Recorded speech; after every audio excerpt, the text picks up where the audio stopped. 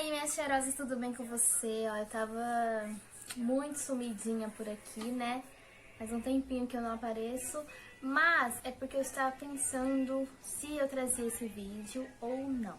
Eu resolvi trazer porque, querendo ou não, é uma experiência que aconteceu comigo e que eu tenho que relatar, eu conto para as pessoas como uma forma de superação. Se você tá curiosa, quer saber como foi essa minha experiência de quase morte, então bora pro vídeo, né?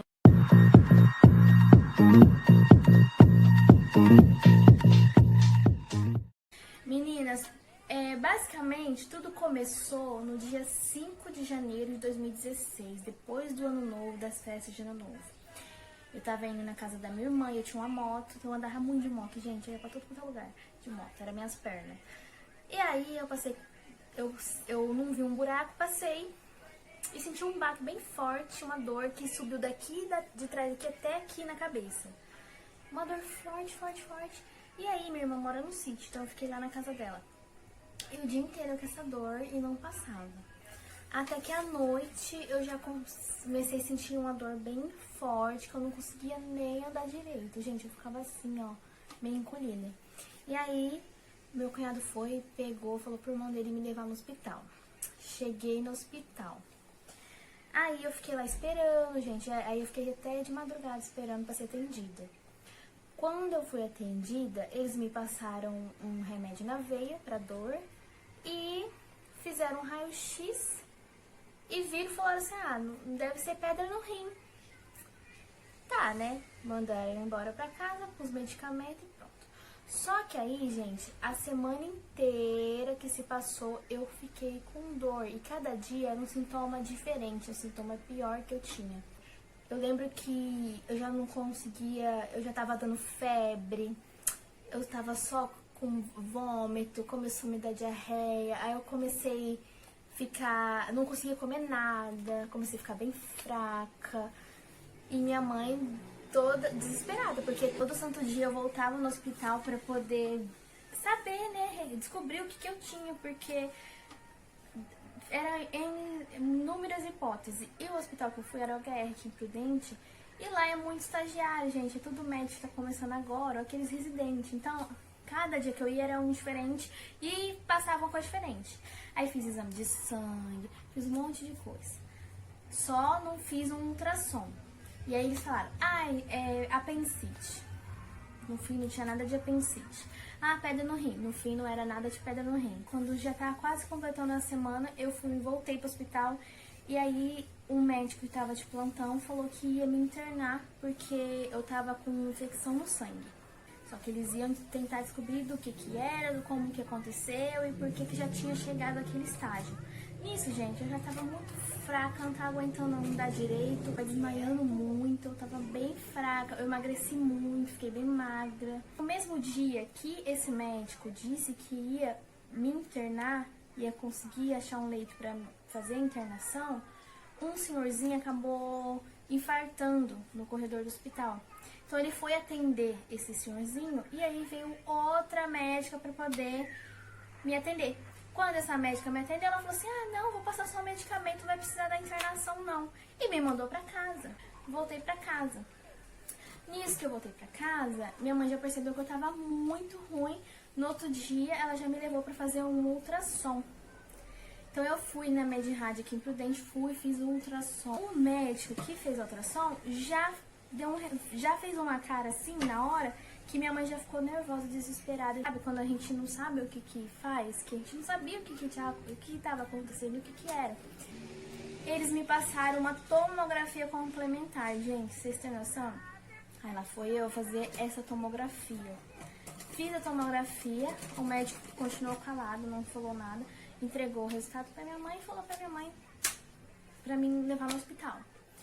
Aí, nesse mesmo dia, minha mãe foi no meu ginecologista, que era o Dr. Rafael de Sá, levou pra ele os exames, pediu pra ele, pelo amor de Deus, pra atender ela rapidinho, que ela precisava saber o que eu tinha, o que tinha dado nos exames, porque a gente não entendia o que tinha dado.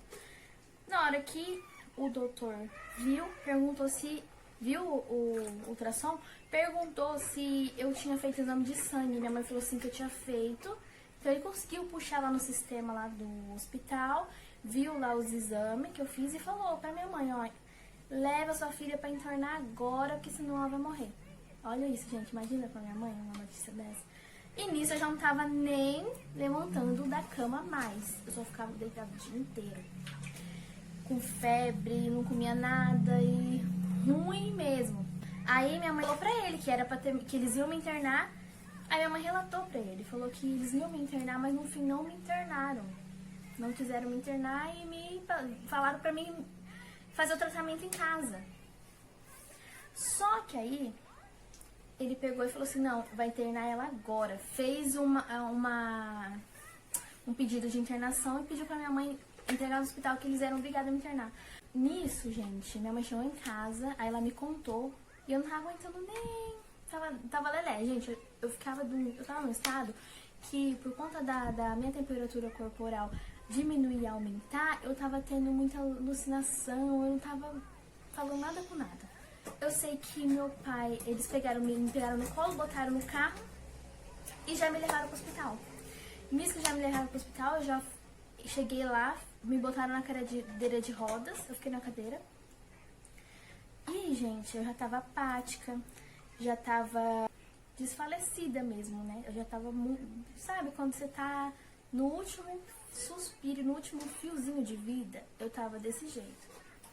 E aí minha mãe desesperada, querendo que alguém atendesse logo, porque a qualquer momento eu podia morrer, né? Até que ela encontrou a chefe do plantão, que era a enfermeira chefe do plantão, ela catou, pediu pra minha mãe levar eu lá na sala dela, levou. Aí ela já mediu meus batimentos, aí ela falou que eu tava taquicardia, que eu tava apática, hipotensão, hipotermia, sepse, taquicardia, a minha frequência cardíaca tava bem baixa e eu tava com falência dos órgãos, né? Isso eu já fui pra emergência, gente. Eu lembro que eu fui pra emergência. Eu só lembro que eu ficava apagando e voltando, porque eu não conseguia respirar direito, eu tinha muita falta de ar. E eu lembro de coisas assim, flashzinhos assim do que aconteceu. Eu não lembro de muita coisa perfeitamente, porque foi uma experiência muito estranha, sabe? Quem já passou por uma experiência de quase morte vai entender o que eu tô falando, porque é uma coisa, tipo, parece que você tá aqui e não tá ao mesmo tempo. E aí, eu lembro que eles me botaram numa maca, sabe aquelas macas de ferro? Me botaram naquela, gente. Por quê? Porque como eu já tava quase... Eles já acharam que eu não ia me salvar, né? E aí eu só lembro que eu fiquei nessa maca e depois eu lembro que eu apaguei. E nesse momento que eu apaguei, eu só me lembro que eu pedia muito em oração, sabe? Quando o meu inconsciente mesmo, pra que ninguém abrisse aquela porta, pra minha mãe não me ver naquela maca. Gente, eu só pedia isso. Só isso. E aí eu peguei e comecei a orar, comecei a louvar, sabe? No meu inconsciente mesmo, e comecei a conversar com Deus. Se fosse da vontade dele, que se fosse a minha hora mesmo, que minha família não sofresse. Porque, tipo assim, sabe, eu não sei explicar direito, mas é uma experiência muito, muito diferente, que muda a gente, sabe? Me mudou completamente o que aconteceu comigo. Eu só lembro que eu comecei a ver uma luz bem branca, bem forte, bem clara, que eu não consegui enxergar mais nada a não ser dessa luz. E aí eu ouvi um silêncio muito grande, assim, ó. E parece que uma voz falou assim pra mim, ó, shh, bem assim. E naquele momento que eu escutei aquele shh, eu já senti que eu ia viver.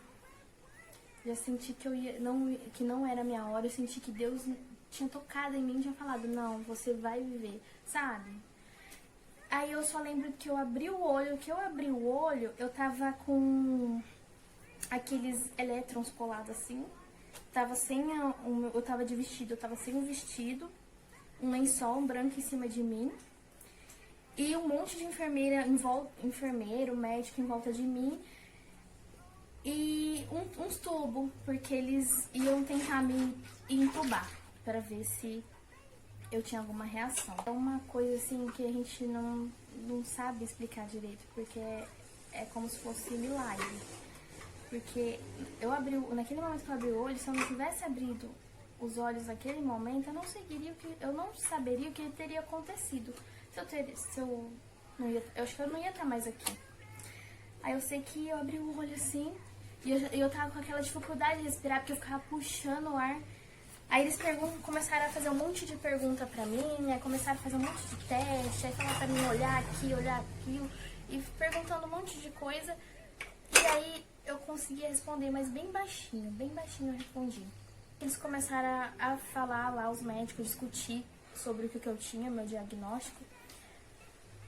E aí, nessas discussões deles aí, eles perguntaram se eu tava bem, que eu ia fazer uns exames. Eu falei, não, tô bem, vou fazer os exames.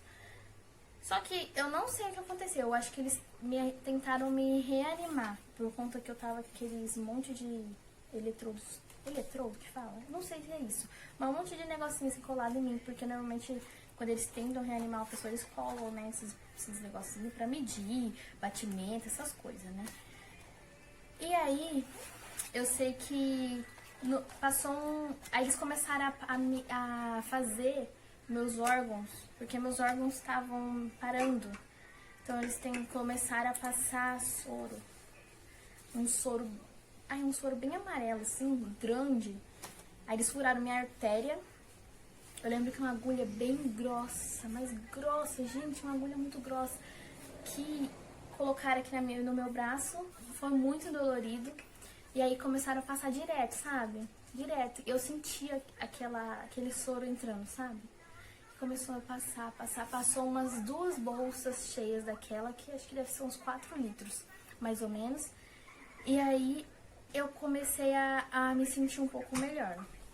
Até que eu pedi para um dos enfermeiros para ir no banheiro. Nisso eu tava deitada na maca ainda. Aí o enfermeiro olhou assustado pros outros médicos, assim, né? E eu não entendi o porquê. Até que ele falou, não, eu te levo. Aí ele me pegou no colo, me colocou na cadeira e me levou no banheiro. Aí ele me ajudou, porque eu tava muito fraca, eu não conseguia ficar em pé. Então ele me ajudou, me segurou, aí ele me colocou a minha roupa, depois ele arrumou certinho. Gente, esses enfermeiros foram uns anjos na minha vida.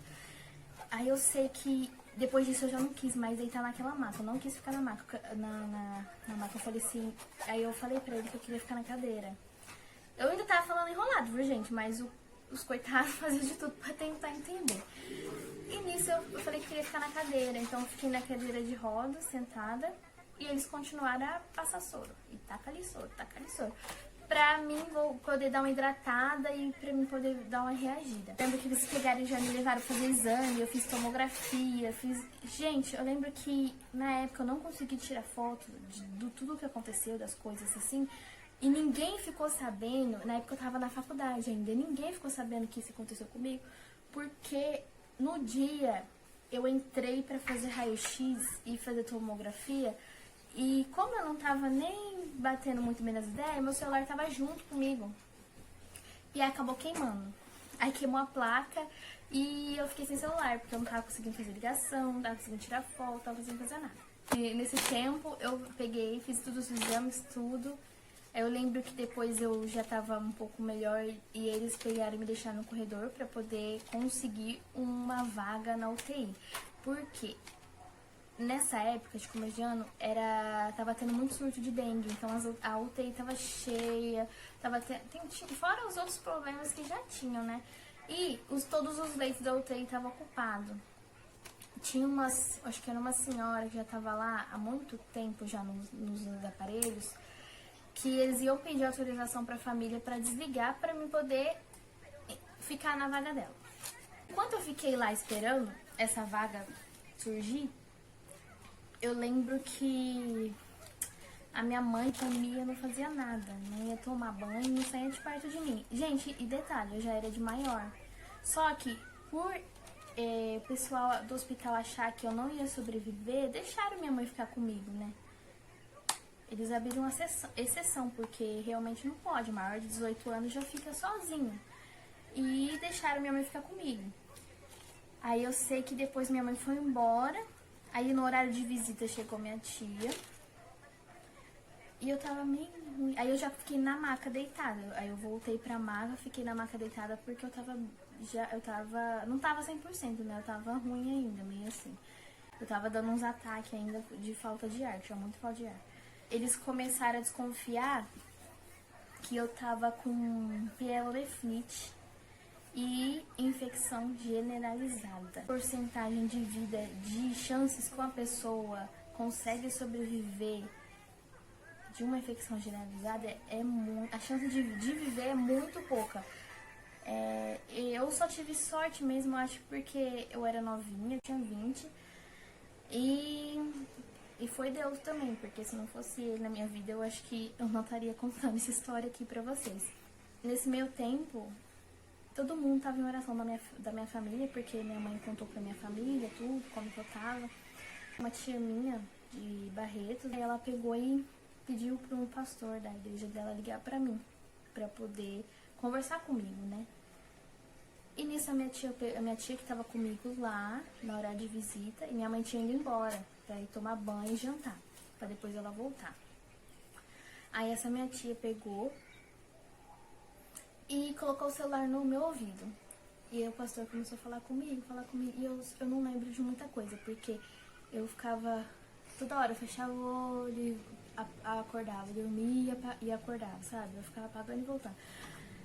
E eu lembro que ele falou assim, que eu não ia morrer, que Deus estava mandando me dizer que era pra me levantar, andar e sentir o sopro da vida. Eu sei que nesse momento eu me senti tão forte, aquelas palavras me fortaleceu, me fez me sentir forte, me fez pensar assim, eu vou sair dessa, eu não vou ficar nessa situação, eu tenho que levantar essa maca, eu tenho que fazer alguma coisa por mim, eu tenho que lutar pela minha vida.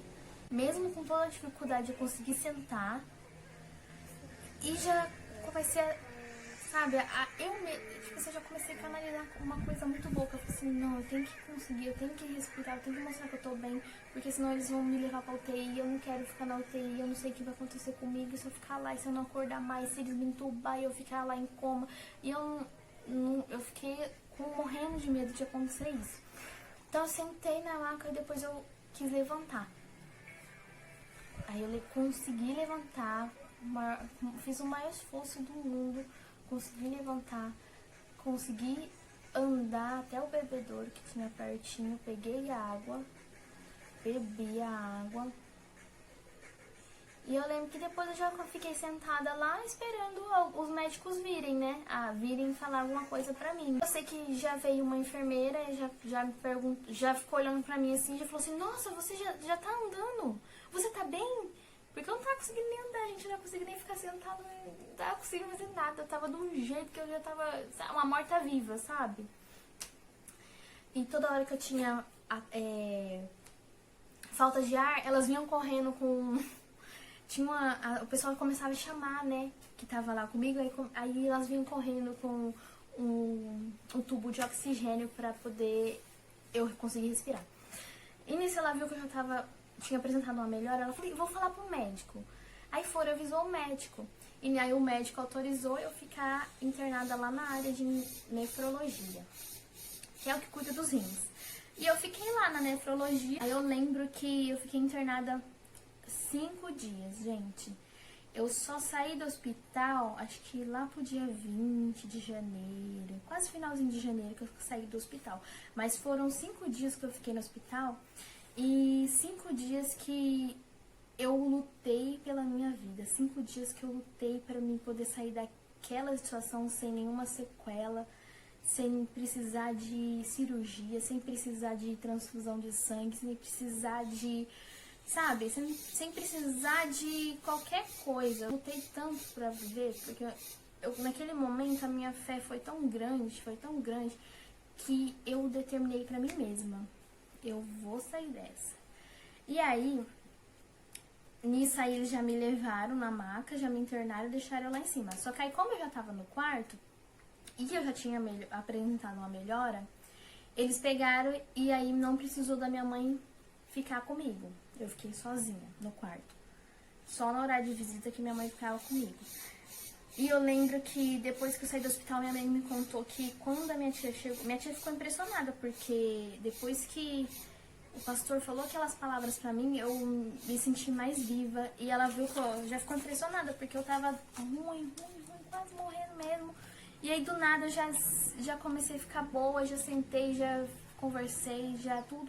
Aí ela chegou correndo lá na casa da minha mãe.